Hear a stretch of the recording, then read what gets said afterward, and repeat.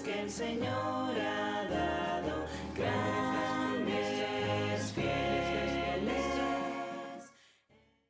Vamos a tratar un asunto que nos afecta a todos, ¿vale? El título es un poco así sugerente, porque sabéis que en el mundo adventista hay una gran confluencia de ideas con relación al pecado y al efecto que tiene el pecado sobre nosotros, y al pecado y el efecto que tenía el pecado sobre Cristo, ¿vale? Sin entrar en discusiones, pero sí exponiendo algunos textos de las Escrituras, quiero compartir con vosotros esta ponencia, si os parece. El primer texto base lo encontramos en Romanos, que es un texto que ya habíamos leído la semana pasada, hablando de los dos Adanes, pero es el texto de base para el siguiente texto que tiene que ver con las consecuencias del pecado de Adán. Dice: por tanto, como el pecado entró en el mundo por un hombre, y por el pecado la muerte, así la muerte pasó a todos los hombres, por cuanto todos pecaron. Entonces, cuando uno lee este texto, yo os hago una pregunta, ¿vale? Para seguir adelante. Cuando el texto dice, así que la muerte pasó a todos los hombres, por tanto todos pecaron, cuando tú lees ese texto, ¿qué piensas? Dos opciones solamente. Que recibimos la muerte como consecuencia del pecado de Adán, o que recibimos la muerte porque practicamos el pecado. Y seguramente tendremos dos clases de pensamientos. Pecado es cuando tú practicas algo que va en contra de la ley de Dios o de la voluntad de Dios. Pero el texto nos hace una declaración muy interesante. La muerte, dice, entró por el pecado de un solo hombre, ¿vale? ¿Y qué es la muerte? Romanos 6:23, ¿qué es la muerte? La paga del pecado. Entonces, mira, es evidente que la muerte no se debe a los pecados personales de cada uno, porque si vosotros, como leímos la semana pasada, ¿os acordáis? Si leemos este texto de Romanos 5, dice que hasta que llegó Moisés, no tenían ley, ¿no? Y en Romanos 5:13 dice, en cuanto a la transgresión de la ley, no puede el texto estar diciendo eso, porque donde no hay ley, el pecado no se imputa, ¿no? Eso es lo que dice Romanos 5:13. Sin embargo, esa muerte y por lo tanto el pecado que entró por un solo hombre se refiere al pecado del primer Adán. Dos textos. Vamos a ver el pecado, la pasión y los deseos, ¿vale? ¿Cómo afecta esto a la hora de nosotros enfrentar esa consecuencia o esa herencia que nosotros recibimos de Adán, ¿vale? Dice Tito 2, del 11 al 12, dice, en verdad Dios ha manifestado a toda la humanidad su gracia, la cual trae salvación, dice, y nos enseña a rechazar la impiedad y las pasiones mundanas. Así podremos vivir en este mundo con justicia, con piedad y con dominio propio. Así que hay una clara declaración en este texto a rechazar toda clase de impiedad y toda clase de pasiones mundanas, que ahora veremos qué se refiere la Biblia cuando hablamos de eso. Gálatas 5:17 va a decir algo interesante, porque el deseo de la carne es contra el espíritu y el espíritu, dice, es contra la carne. Y estos se oponen entre sí para que no hagáis lo que queréis. Por un lado, el hombre tiene los deseos de la carne que te animan a dar rienda suelta a esas pasiones o impiedades, y por otro lado tienes al Espíritu Santo que de alguna manera te da control para que hagas la voluntad de Dios. Cuando vosotros busquéis en el diccionario lo que es una pasión o deseo, pues definen así, designa toda tendencia o toda apetencia del alma desordenada y anormal. Es decir, es un deseo desordenado y además es algo que le apetece a la persona. Psicológicamente, las pasiones son sentimientos que condicionan la conducta humana, ¿sí? Las personas muy pasionales en realidad no están usando esta parte del cerebro que es con la que pensamos, sino que los sentimientos son la norma o la conducta de dirección, ¿no? Y se hacen presentes sobre todo en la conciencia, creando problemas de identidad, de libertad y de sociabilidad. Las personas que son pasionales suelen tener problemas con estas cosas, ¿vale? Éticamente, dice, las pasiones son inclinaciones al mal, debido a la tendencia del hombre llamada concupiscencia. Y esa palabra ya os empieza a sonar un poquito más, ¿verdad? Concupiscencia. La Biblia nos dice en Eclesiastés 7:29 que Dios, como está escrito, dice, hizo al hombre recto. Y cuando hizo al hombre recto, se está refiriendo al hombre que creó como primer Adán en el Edén, ¿vale? Hizo al hombre recto y por consiguiente con una voluntad buena, porque sin buena voluntad no sería recto. El pecado y la voluntad es una de las grandes batallas que tenemos que vivir los cristianos a la hora de tomar conciencia de nuestra propia realidad. Dice, el corazón del hombre al caer ha perdido la rectitud del principio y por eso su voluntad está deformada. En una condición como fue puesto Adán en el Edén y Dios haciéndolo recto, y por consiguiente con buena voluntad, Adán, la voluntad tenía el control sobre las apetencias y todas las demás pasiones. Al caer el hombre, la condición cambia. Y empezamos a descubrir que después del pecado empieza a haber una jerarquía en la mente que cambia toda posibilidad para que desde nosotros, del interior de nosotros, produzca cosas buenas. Cuando Dios hizo al hombre, dice, diseñó un cerebro para que funcionara de cierta manera. Fue la naturaleza espiritual lo que Dios quiso que nos gobernara, no las pasiones carnales, que son las que generalmente gobiernan al hombre de pecado. Así que en este esquema, la mente espiritual de Adán, que fue como fue creado en un primer momento, esa mente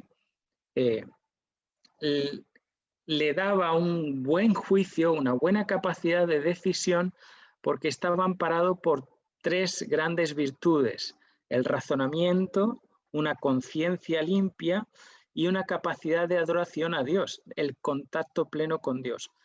Teniendo una razón correcta, una conciencia limpia y en adoración a Dios, Adán tenía un juicio recto y entonces podía discernir lo que agradaba a Dios, que era su fin y su voluntad.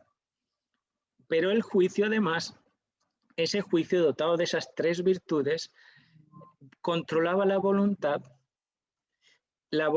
controlaba los pensamientos controlaban los sentimientos y los sentimientos, que se dividen básicamente en dos: relacional, el hombre es creado con necesidad de relación o con necesidad de afecto personal o afecto comunitario. Es decir, el problema de los sentimientos tiene que ver con las personas y con lo que deseamos.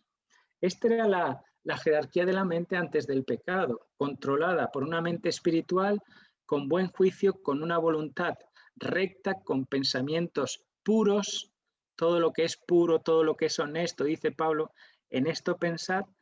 La voluntad y los pensamientos sujetaban los sentimientos y no se desenfrenaban ciertas pasiones en el hombre.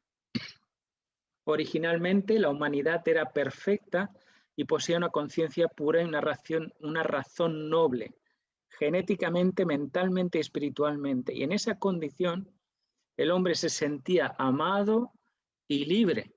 y esto le producía estar en paz. Él estaba seguro porque se sentía amado y porque se sentía libre.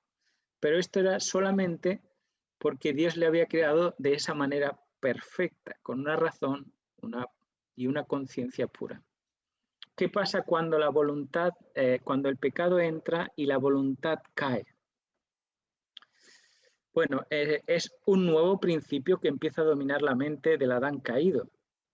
Ese principio ahora son las apetencias de los deseos que tienes hacia ti mismo y de las necesidades que tienes de relación. Básicamente el egoísmo, que es la búsqueda de la satisfacción propia, tomó el lugar del amor y de la libertad y perdieron la capacidad de experimentar paz. Mira qué interesante. Cuando Adán y Eva comieron del árbol de la vida, dices que se llenaron de miedo y de culpa. Perdieron el amor y la libertad y por lo tanto perdieron la paz y de repente sienten miedo y culpa. Y eso les lleva a desarrollar un deseo de autoprotección o preservación. Adán propuso salvarse a sí mismo, corre, hay una falta y se esconde, ¿vale? El temor era un sentimiento nuevo que devastó la conciencia humana, la mente humana, y como consecuencia la conciencia lo convenció de culpa. Y desde entonces el egoísmo pues es el que reina de manera soberana en nuestra mente.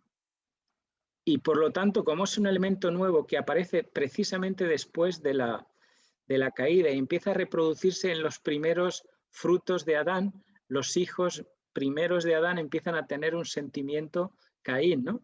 De autosatisfacción personal y autoelección. No estaba presente en el diseño original, pero la herencia de Adán se transcribe en una vulnerabilidad genética de egoísmo. Esta es la herencia que tú y yo recibimos de Adán, una vulnerabilidad hacia el egoísmo, ¿vale? Nuestra mente dañada, invirtiendo la jerarquía espiritual, ahora ya no es dominada por el juicio, ni por la voluntad, ni por los pensamientos, sino que es doblegado por los sentimientos. Dice que nosotros nacemos biológicamente y genéticamente centrados hoy día en nosotros mismos. Desde bien pequeñitos parece que genéticamente y biológicamente estamos programados para acaparar hacia mi persona, ¿verdad? Nos enfocamos en nuestras propias necesidades desde que somos bebé. Aunque la mamá no duerma, esté reventada, hecha polvo, el bebé reclama, reclama, reclama porque él es el centro de atención, ¿vale? Ahora, en esta nueva modalidad de la herencia que recibimos de Adán, son los sentimientos los que doblegan el juicio, la voluntad y los pensamientos. Y de esta manera, ahora me resulta más difícil saber qué es correcto, me resulta más difícil saber qué es lo que Dios espera en mí y tengo más sentimientos de miedo y de culpa que nunca. Pero ¿qué es la voluntad, no? Y la tentación. Mira, la tentación, vamos a hablar de la tentación, ¿os parece? ¿Sois tentados mucho o no? Un poquillo, ¿no? Mira, dice, la tentación expresa una proclividad humana a la caída grave moral y espiritual. Apelan al lado más oscuro del hombre, a las potencialidades presentes en cada uno de nosotros. Dos palabras, proclividad, eres proclive a, y tienes potencialmente eres egoísta, ¿no? Así nacemos en la tierra, con una dirección y con todas las posibilidades para hacer lo que no es correcto. Santiago 1, 14 al 15 es uno de los textos que nos habla de la tentación y es interesante. Sí, dice, sino que, bueno, el contexto está diciendo que nadie diga que Dios lo tienta, sino que cada uno es tentado, mira, cuando de su propia concupiscencia es atraído y seducido. Entonces, dice, la concupiscencia después que ha concebido, da a luz pecado, y el pecado, siendo consumado, da a luz muerte. 4 etapas de la tentación: atracción, seducción, concepción y ejecución, ¿vale? Esas son las 4 fases de la tentación. Os hago una pregunta.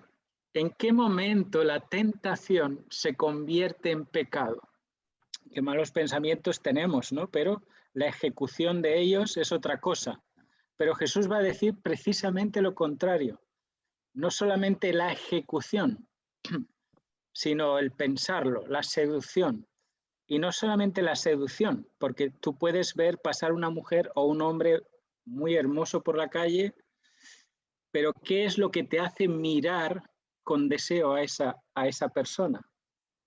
Tu concupiscencia, que es una tendencia a una apetencia y a un deseo de satisfacción personal. Así que en esto parece que deberíamos profundizar un poquito más, ¿vale? Porque generalmente, y ahí he puesto la línea, generalmente pensamos que la tentación se convierte en pecado en esta parte, cuando es concebido y da a luz el pecado. Es decir, cuando ya has tomado la decisión y cuando lo ejecutas. Pero la atracción y la seducción pensamos que no es un pecado, ¿vale? Sin embargo, según Santiago 1:14, cada uno es tentado de su propia concupiscencia. Y la concupiscencia tiene que ver con un apetito desordenado de los placeres deshonestos. Los designios de la carne, dice Romanos 8, 7 y 8, son enemistad con Dios, porque no se sujetan a la ley de Dios ni tampoco pueden. Y los que viven según la carne no pueden agradar a Dios. Imagínate, tú no estás decidiendo todavía nada, ¿vale? Pero los designios de la carne, la tendencia, la concupiscencia que hay en ti, los designios de la carne ya son enemistad con Dios, porque no se sujetan a la ley de Dios ni tampoco pueden. Así que como por la transgresión de uno vino la condenación de todos. Mira, esta es la frase clave de este texto, Romanos 5:18. Por la transgresión de uno vino la condenación. No dice por la transgresión de uno vino la consecuencia, sino literalmente dice por la transgresión de uno vino la condenación. De la misma manera, por la justicia de uno, todos los hombres serán tenidos por justos en la vida. Mirad este texto. En 1 Juan 2, del 15 al 17, dice: no améis al mundo ni las cosas que están en el mundo. Si alguno ama al mundo, el amor del Padre no está en él, porque todo lo que hay en el mundo, mira, todo lo que hay en el mundo, los deseos de la carne, los deseos de los ojos y la vanagloria de la vida, no provienen del Padre, sino que provienen del mundo. Y el mundo pasa y sus deseos, pero el que hace la voluntad de Dios permanece para siempre. Mira, el egoísmo trabaja estas 3 cosas. Los deseos de la carne, somos egoístas en cuanto a la sensualidad, egoístas en cuanto al materialismo y egoístas en cuanto a la vanagloria. Somos ególatras, pensamos en nosotros mismos. Todas las propensiones o concupiscencias que hay en el hombre se dividen en estos 3 rangos: sensualidad, materialismo o egolatría. Hebreos 2:14, que es un texto que nosotros conocemos. Ahora vamos a ver cómo afectó la tentación a Jesús, ¿vale? A nosotros nos está diciendo que la tentación ya no solamente es que cuando yo la acaricio o cuando yo la hago anidar en mí es que se convierte en pecado, sino que pecados son los deseos, la concupiscencia de aquello que yo soy atraído, los deseos de la carne, de los ojos y de la vanagloria de la vida. El texto que decía la hermana Lidia, precisamente refleja esto. Jesús dijo, oísteis que fue dicho, no adulterarás, pero si miras a una mujer y la deseas en tu corazón, ya has cometido adulterio. Ahora, para mirar a esa mujer, tú tienes que tener los ojos, los deseos de la carne o los deseos de los ojos. Es imposible no mirar afectados por estas tres partes del egoísmo en nosotros mismos. Por eso Jesús tiene que venir a darnos una solución. ¿Cómo afecta a Jesús la tentación? Hebreos 2:14 es un texto conocido, así que por cuanto los hijos participaron de carne y sangre, él también participó de lo mismo, para destruir por medio de la muerte al que tenía el imperio de la muerte, esto es, al diablo. Cuando tú lees este texto, se impone una pregunta. Cuando el texto está diciendo que Jesús participó de carne y sangre, ¿a qué se está refiriendo, hermanos? Que participó de lo mismo para destruir por medio de la muerte al que tenía el imperio de la muerte. ¿Será que Jesús va a venir también a la tierra con las mismas propensiones o los mismos deseos egoístas heredados de Adán que tenemos todos los hombres? ¿Podríamos decir eso? Mensajes selectos, tomo 3, repito el texto aquí, ¿vale? Página 145, Elena White va a decir así, él no tomó sobre sí la naturaleza de los ángeles, sino que tomó la humana, perfectamente identificado con nuestra naturaleza, pero sin mancha de pecado. Fíjate lo que está diciendo. Cuando alguien coge este texto de Hebreos 2:14 para decirnos, es que Jesús participó de lo mismo que nosotros, es decir, Jesús era tentado de la misma manera que tú y yo somos tentados, de la concupiscencia que hay dentro de nosotros. Es muy arriesgado decir eso. ¿Por qué? Vamos a ver varios textos del Espíritu de Profecía y de la Biblia que no dicen eso. Cuando dice que se hizo carne y sangre, evidentemente Elena White dice es que no tomó la naturaleza de los ángeles, por eso se hace humano y toma carne y sangre, que el hombre es carne y sangre, ¿vale? Eso es lo que está diciendo. Y además, por si te queda alguna duda, para aclararlo, se identifica con nuestra propia naturaleza, pero sin mancha del pecado.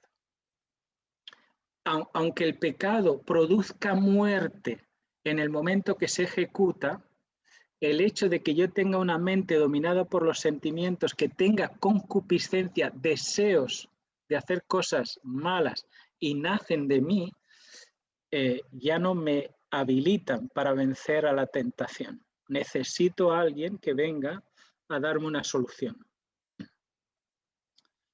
Deseado de todas las gentes, la página 92, esta cita es muy interesante. Dice, durante 4000 años la familia humana había estado perdiendo fuerza física y mental, y así como valor moral. Y Cristo tomó sobre sí las flaquezas de la humanidad degenerada.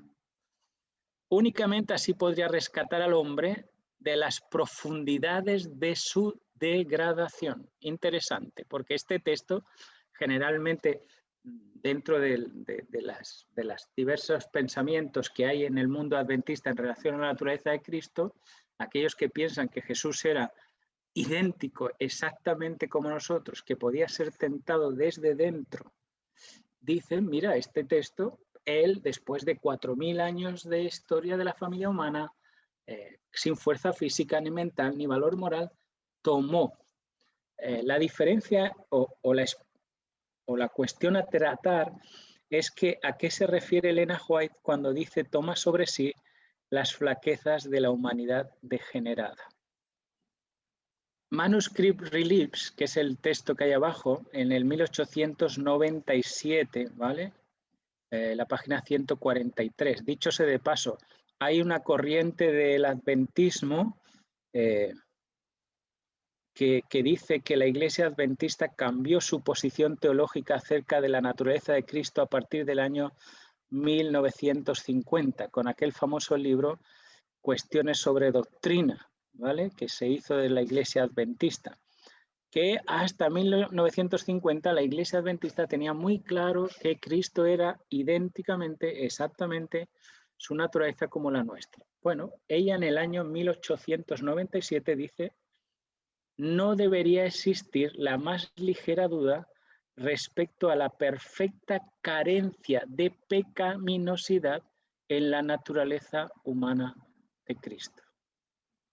Muy interesante, porque sigue diciendo la Ribio Langera el 15 de diciembre de 1896.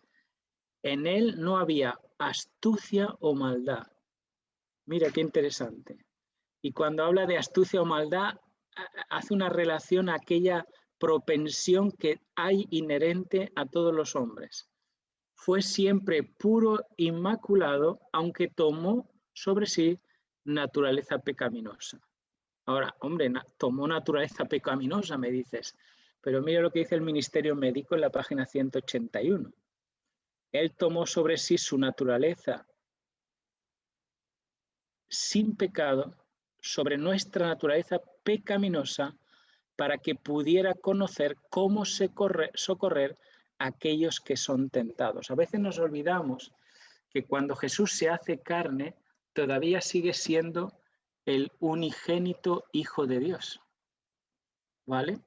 Y aunque el texto de Filipenses 2 dice que él era ixos, era igual a Dios, y se hace semejante a los hombres, igual y semejante en castellano no tiene las mismas connotaciones, ¿vale? Pero aquí lo que nos dice es que toma la naturaleza pecado sobre su naturaleza divina para poder socorrer a aquellos que son tentados. Hebreos 2, 16 al 17 nos dice: porque ciertamente, dice, no socorrió a los ángeles, sino que socorrió a la descendencia de Abraham, por lo cual debía ser semejante en todo a sus hermanos. Otro texto interesante, ¿no? Recogen este texto para identificar que la semejanza debía ser perfecta entre Jesús y nosotros. Pero repito, semejante e igual no son el mismo adjetivo, ¿vale? Ribio Langera, el 17 de junio, mira, Elena White murió en 1915, ¿vale? Esta fecha todavía ella podía haber corregido cualquiera de sus citas hasta 1915, si alguien las hubiese sacado de contexto o usado mal, ¿vale? Dice: Cristo realmente unió la ofensiva naturaleza del hombre con su propia naturaleza sin pecado. Y esa fusión hizo que Jesús fuese único. Hay un gran debate en el adventismo si la naturaleza de Cristo era prelapsaria o poslapsaria, si era antes la naturaleza de Adán antes de pecar o la naturaleza de Adán después de pecar. Y la Iglesia está dividida en eso, ¿vale? Elena White dice una cosa interesante: Cristo unió la ofensiva, fíjate, ofensiva, y a la naturaleza del hombre sin cometer pecado por ejecución, dice, ya es ofensiva a Dios. Unió la ofensiva naturaleza del hombre con su propia naturaleza sin pecado. Un año más tarde, en Señales de los Tiempos, el 29 de mayo de 1901, dice: él tenía que ocupar la posición a la cabeza de humanidad al tomar la naturaleza, su naturaleza, perdón, pero no la pecaminosidad del hombre. ¿A qué se refiere con esa pecaminosidad del hombre? De Jesús no había una propensión interna a cometer errores, ¿vale? Jesús de hecho, las tentaciones de Jesús que aparecen en los evangelios, no se tienta a Jesús hombre, se tienta a Jesús Hijo de Dios. Y esta es algo que a veces se nos pasa desapercibido y es muy obvio. Cuando ponemos el ejemplo de que, y es la única referencia bíblica que tenemos a Jesús enfrentando las tentaciones. Y precisamente no se está cuestionando la naturaleza humana de Cristo, sino que se está atentando a la naturaleza divina de Cristo. Así que como nosotros no tenemos naturaleza divina, en eso no es semejante a nosotros. ¿Vale?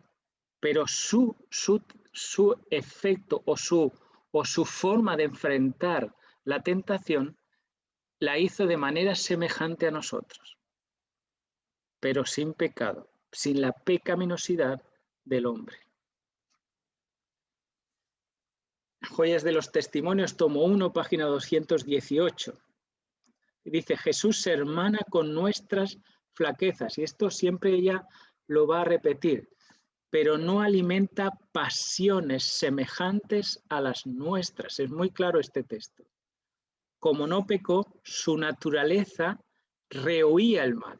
A diferencia de la naturaleza del hombre, que es la herencia que recibimos de la mente trastornada por el pecado, nosotros nacemos egoístas.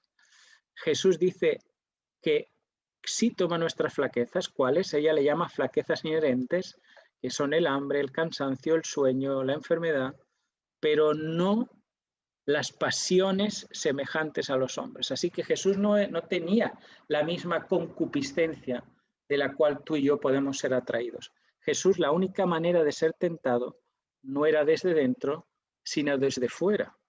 Y la única referencia que tenemos a la tentación de Jesús es Satanás desde fuera tentando a Jesús.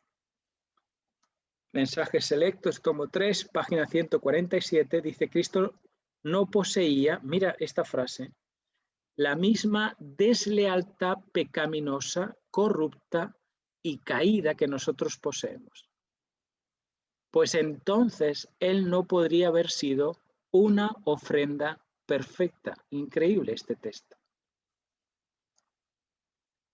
Cuando Hebreos 2:16 dice Jesús tenía que ser semejante en todo, tentado, semejanza, para que fuese semejante a nosotros, Elena White va a decir que esa semejanza no tiene que ver con esa tendencia corrupta ni deslealtad pecaminosa que tú y yo sí que tenemos. Testimonios para la Iglesia, tomo 2, 508 y 509, dice, sin poseer las pasiones de nuestra naturaleza humana caída, pero concebido con nuestras dolencias, tentado en todo, así como nosotros. Muy interesante. Estamos terminando 2 o 3 diapositivas más y damos paso a conversación. Mensajes selectos, tomo 3, 131. Dice, Cristo no poseía la misma deslealtad pecaminosa y corrupta que nosotros poseemos. Él tomó nuestra naturaleza caída, pero no corrupta, y no sería corrompida, a menos, dice, que recibiese las palabras de Satanás en lugar de las palabras de Dios. La naturaleza divina, combinada con la humana, lo hizo a él capaz de ceder a las tentaciones de Satanás. En esto la prueba para Cristo fue mucho más grande que la de Adán y la de Eva, porque tomó nuestra naturaleza caída, pero no corrupta. Interesante, ¿no? La única forma de que que Satanás pudiese tentar a Jesús era porque había una combinación perfecta entre la naturaleza divina y la naturaleza humana.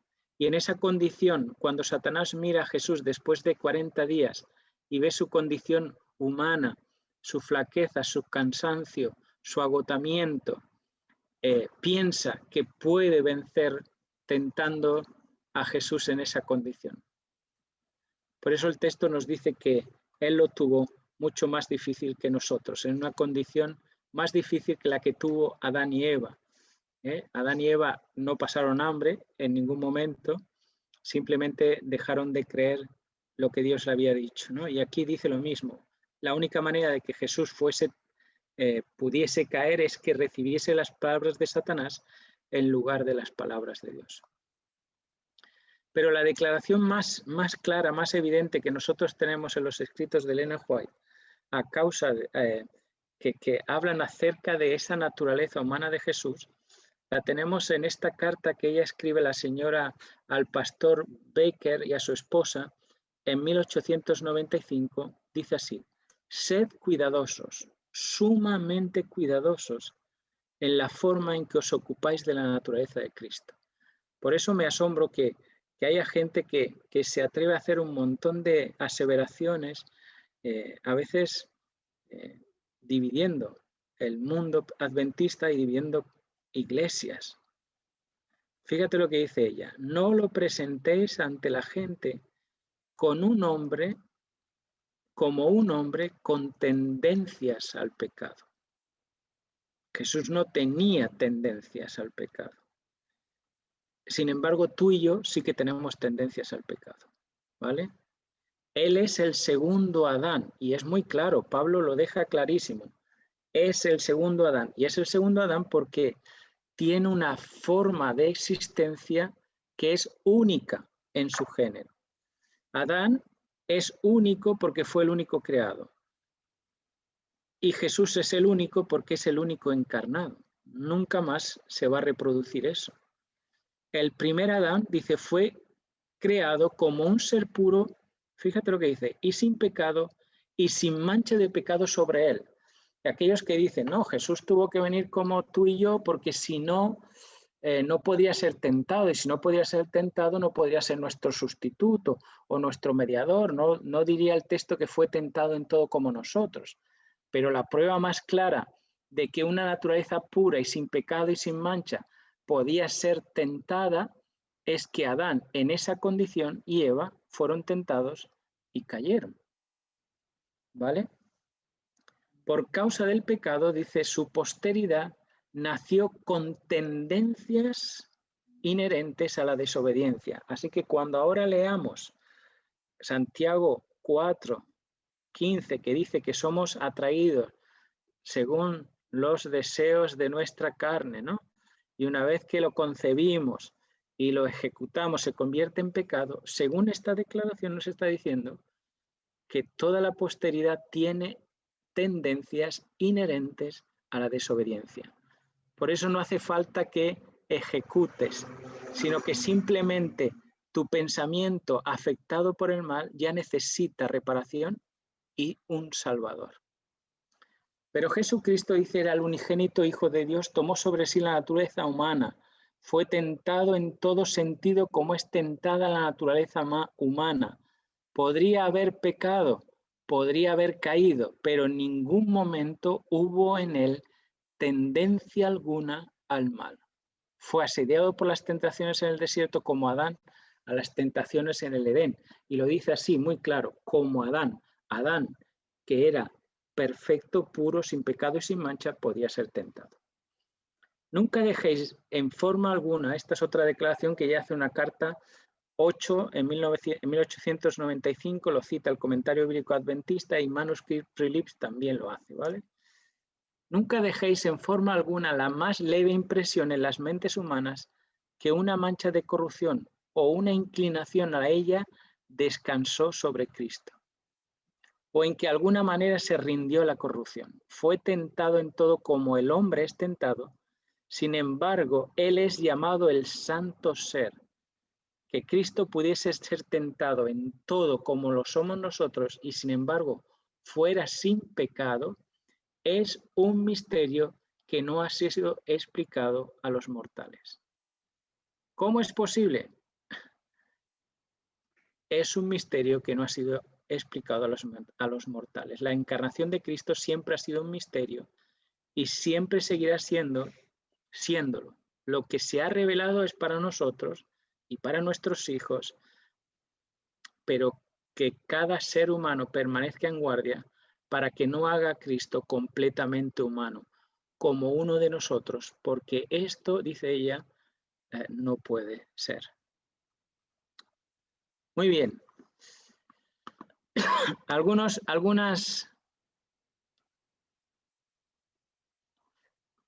recapitulaciones.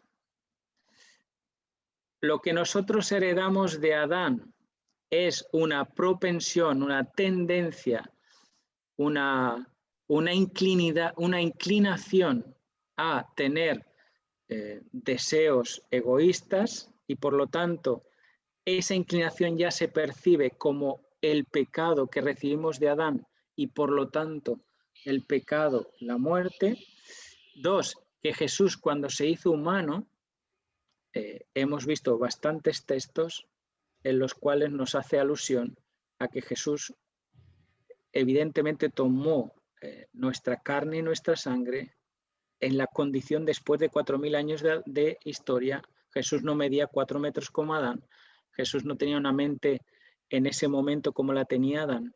Jesús no tenía la capacidad de mirar la vista que tenía Adán, ni la salud, ni los años, pero en él nunca hubo ninguna tendencia al mal. Jesús no es hijo de Adán. Jesús es el segundo Adán. Y esta es la diferencia. Así que cuando tú percibes de esta manera a Jesús y lo haces único, es verdad que tú necesitas un modelo. Pero es que antes que un modelo, ¿de qué me sirve un modelo si yo no tengo un Salvador? Yo necesito un Salvador. El ser humano necesita un Salvador. Y en esa condición, con la mente depravada, separado y condenado de Dios, el hombre no podía hacer nada para salvarse. Por eso Jesús tiene que venir. Por eso el segundo Adán dice, es del cielo. El primero es de la tierra, el segundo es del cielo. Y el segundo consigue dar a toda su descendencia la vida y la vida eterna. Ahora os pregunto, en cuanto a las tentaciones, ¿será que nosotros podemos, con la ayuda de Jesús, con la ayuda de Dios, superar esas tentaciones? Jesús dice que en algún momento nosotros, si tenemos esta perspectiva nueva en nosotros, que ya no nos regimos según la carne, sino según el Espíritu, evidentemente, y eso será otro tema, evidentemente habrá cosas que podremos, con la ayuda de Dios, decir abiertamente, mira, yo no voy a ir en contra de la voluntad de Dios. Pero habrá otra parte de nuestra tendencia que no podremos controlar, pero que tenemos que pedir constantemente al Señor que nos cambie, que nos ayude, que nos transforme a ser cada vez más semejantes a Él, porque sin esa oración, el efecto de Jesús en nuestra vida o la transmisión o la herencia de Jesús en nuestra vida no sería efectiva.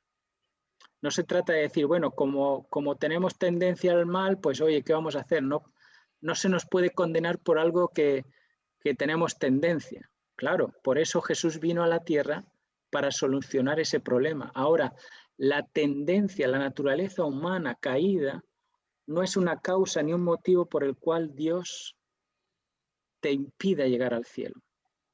A eso Dios le da una solución. ¿Cuál? Cuando suene la trompeta al final de los tiempos, la naturaleza, este cuerpo carnal que Pablo dice, yo no sé lo que me pasa, quiero hacer el bien y al final hago el mal, ¿no? Y hay una ley, que en mi cuerpo no hay nada bueno. Entonces, ¿cuándo se va a solucionar esto? Cuando Jesús venga nos dará un cuerpo espiritual.